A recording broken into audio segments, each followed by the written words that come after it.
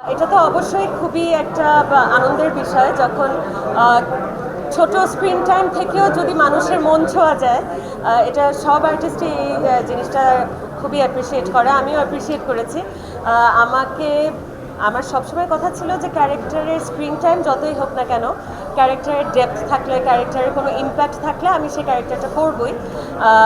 এটা লীলা নাগও এমনই একটা ক্যারেক্টার ছিল এবং এটা যে আমি সফলভাবে করতে পেরেছি সেটার জন্য আমার ডিরেক্টরের প্রতি কৃতজ্ঞতা এবং অডিয়েন্স যে আমাকে মেনে নিয়েছে লীলা নাগ হিসেবে তাদের প্রতিও আমার অসংখ্য কৃতজ্ঞতা।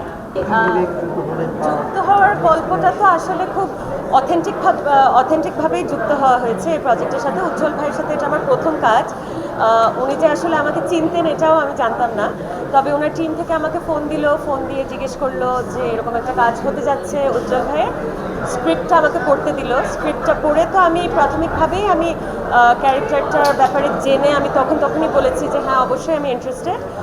তারপর অডিশন দেওয়া হলো, অডিশন দিয়ে সিলেকশন থেকে রিহার্সাল, বাস এটাই।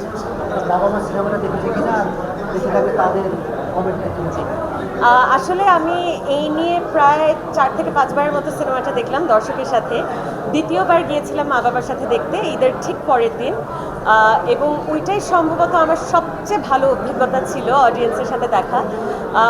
একে তো মা বাবা তাদের ছোটবেলা থেকে সাহিত্যের সাথে খুবই জড়িত, তারা থিয়েটার, আর্ট, পোয়েট্রি, লিটারেচার সব কিছুর সাথেই তারা ইনভলভ ছিলেন।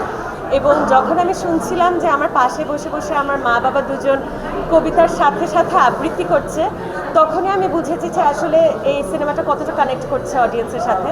আমার মা বাবা ছিল, মানে আমি আমার মা বাবাকে উইটনেস করে আমি আসলে এটা বুঝতে পেরেছি।